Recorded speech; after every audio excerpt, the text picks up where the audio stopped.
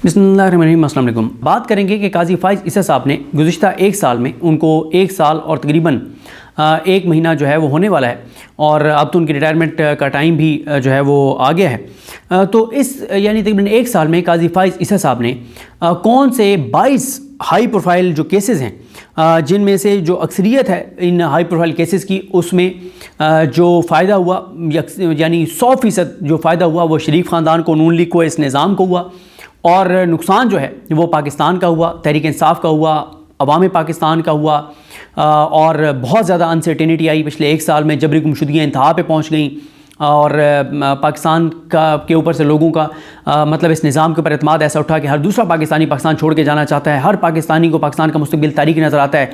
मतलब काजी फाइज़ ईसा ने जिस तरह से इलेक्शन करवाए, जो कुछ किया वो डका छुपा नहीं है।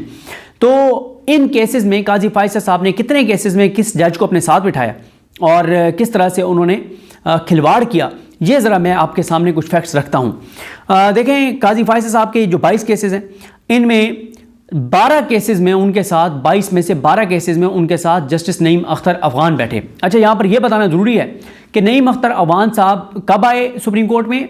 2024 में मार्च में, यानी मार्च में जो जज आया, मार्च, अप्रैल, मई, जून, जुलाई, अगस्त, सितंबर, अक्टूबर, 8 माह में या 7 माह में, 7 माह में ये साहब उनके साथ कितनी बार बैठे? 12 बार अहम केसेस में वो बैठे। और ये भी आपको बताता चलूं कि नईम अख्तर अफ़गान साहब जो हैं इनको लाया गया था जब मज़ारिल अकबर नकवी साहब को रिज़ाइन करने पर मजबूर किया गया और उन्होंने रिज़ाइन किया। उनके ख़िलाफ़ पूरी एक साजिश, एक चाल और पूरा सब कुछ किया गया। तो मज़ारिल अकबर नकवी साहब की जगह जो है ये नईम अख्तर अफ़गान साहब को लाया गया और मज़ारिल अकबर नकवी साहब जो हैं इनकी जगह ये आए। और इससे पहले भी नईम अख्तर अफ़गान साहब नून लीग के बड़े फेवरेट जजेस में से हैं। जब इन्होंने ऑडियो लीग्स कमीशन बनाया था तो 5 हाई कोर्ट्स और सुप्रीम कोर्ट में से 3 जज इन्होंने लगाए थे नून लीग ने।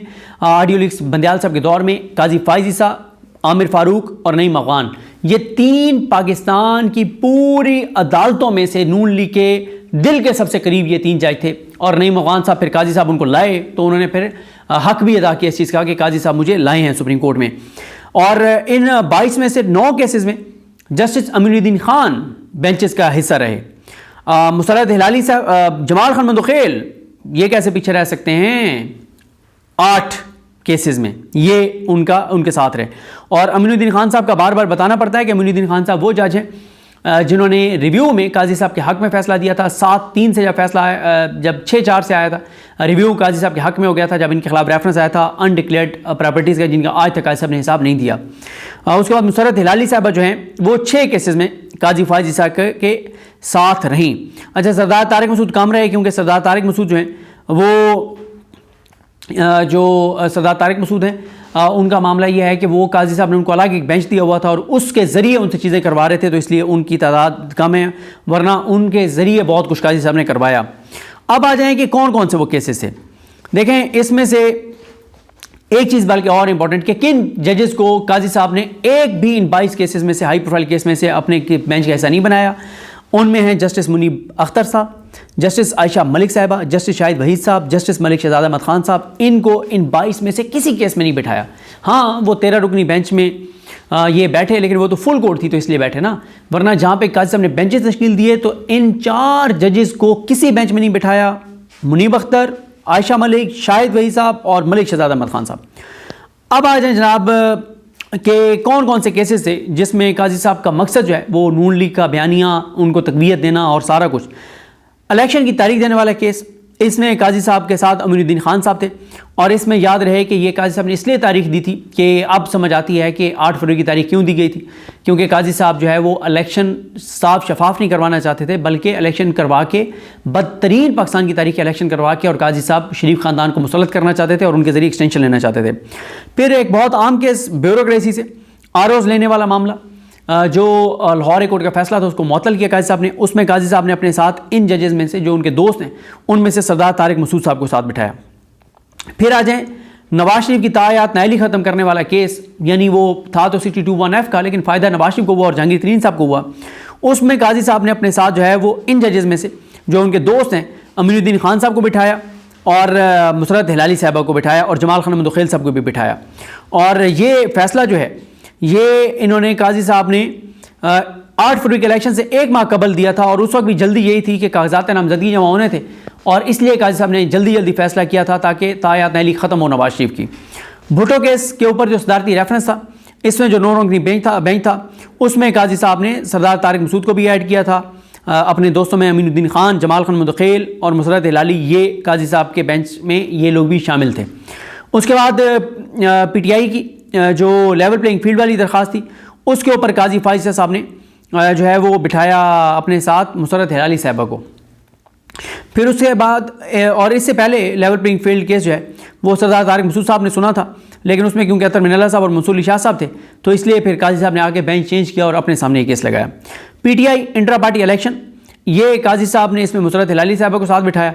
और मैं अब उन 8 जजेस में से जजेस के नाम नहीं ले रहा जो शामिल थे भी, क्योंकि अब उन्होंने तो साबित कर दिया है कि अगर वो उस वक्त उनसे कुछ गलतियाँ भी हुई हैं तो उन्होंने अपनी गलतियों को दुरुस्त किया है, तो उन्हीं के ले रहा हूँ जो अब तक काजी साहब के साथ डट के खड़े हुए हैं, उन जजेस के सिर्फ नाम ले रहा हूँ। उसके बाद नैब तरमीम इंटर कोर्ट अपील, इसमें काजी साहब ने अपने साथ जस्टिस अमीनुद्दीन खान और जमाल खान मुदखिल को ऐड किया, इन जजेस में से जो उनके ग्रुप के हैं। और उसके बाद यानी हर बेंच में अक्सरियत उन्होंने ऐसे बनाया बेंच की अक्सरियत उनकी हो, कोई जज इधर उधर जाए भी सही तो अक्सरियत उनकी हो। जबरी गुमशुदगियों का केस जो है वो काजी फाइज साहब ने अपने सामने लगाया, लेकिन उसमें साथ मुसरत हिलाली साहब को बिठाया। शौकत अजीज सिद्दीकी साहब का केस, और इसमें भी जबरी गुमशुदगियों वाला केस भी जो है वो जनवरी में शायद लगा था, उसके बाद कभी नहीं लगा। नैब इंटर कोर्ट अपील में भी काजी साहब ने जो फैसला दिया उससे चोरों डाकू लुटेरों को फ़ायदा हुआ और नैब तरमीम बहाल की। और इंट्रा पार्टी इलेक्शन तो ये बल्ले वाला केस है जिसमें बल्ला छीन लिया गया। उसके बाद शौकत अजीज सिद्दीकी केस भी काजी साहब ने ये जनरल फैज़ के ख़िलाफ़ और इमरान खान के ख़िलाफ़ ले जाने की कोशिश की सारी। इसमें भी काजी फाइज ने अपने साथ जो है वो अमीनुद्दीन खान और जमाल खान मुदखिल को बिठाया। फैज़ाबाद धरना केस में काजी फाइसा ने अपने साथ अमीनुद्दीन खान को बिठाया, और इसमें काजी फाइसा ने इसको 9 मई से जोड़ दिया था, इस केस को 9 मई से जोड़ दिया था कि 9 मई वालों को सजा हो जाती तो ये ना होता वो ना होता।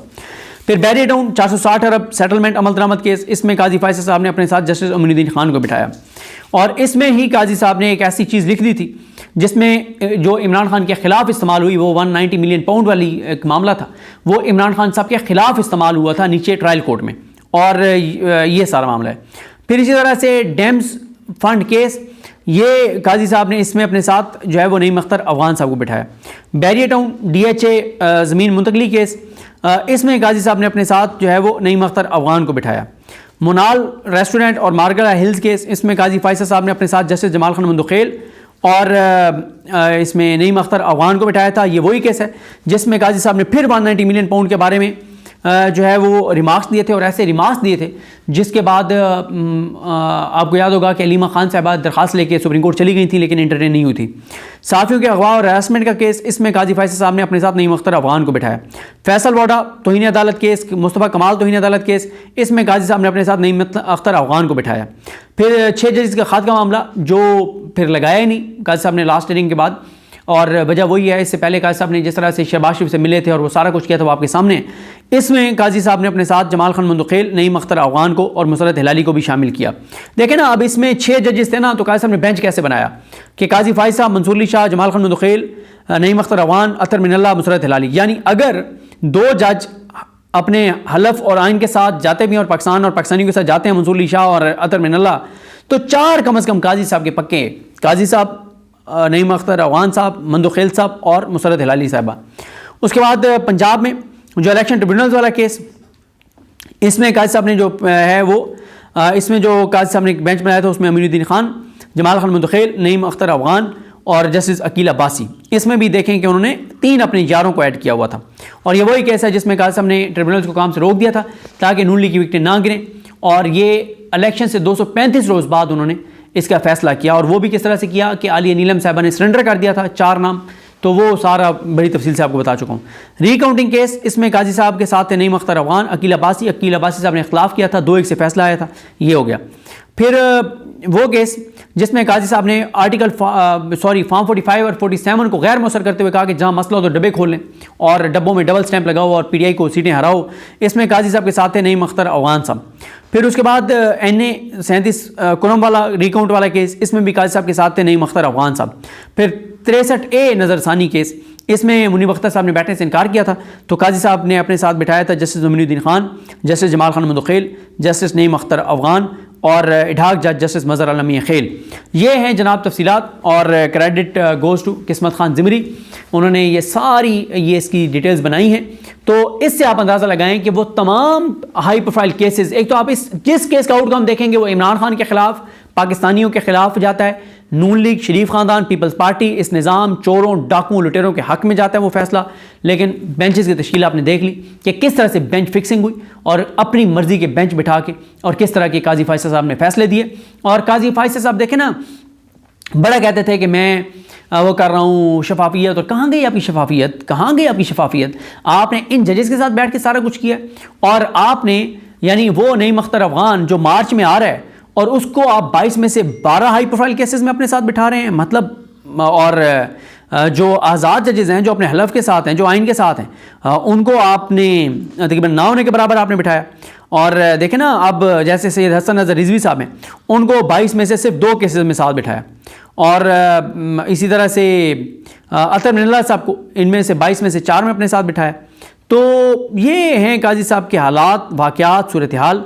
और बहरहाल जी, इन जजेस की आप देखें ना, ये जो 4 जज हैं, इनकी तो मतलब पता चल रहा है ना कि अपने हलफ के साथ हैं, ये पाकिस्तान के साथ हैं। मुनीब अख्तर साहब, आयशा मलिक साहिबा, शाहिद वहीद साहब, मलिक शहजाद अहमद खान साहब के, इनको किसी एक केस में भी काजी साहब ने हाई प्रोफाइल में नहीं बिठाया।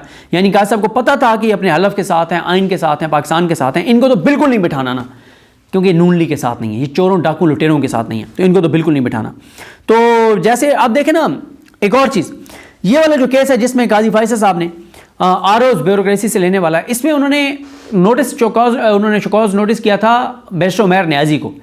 आज तक वो केस दोबारा नहीं लगाया। और ये काजी साहब ने ये कब लगाया था, ये मैं आपको तारीख बता देता हूँ, अगर तारीख सामने आ रही है तो। तारीख नहीं आ रही, लेकिन ये काजी साहब ने 8 फरवरी से पहले लगाया था।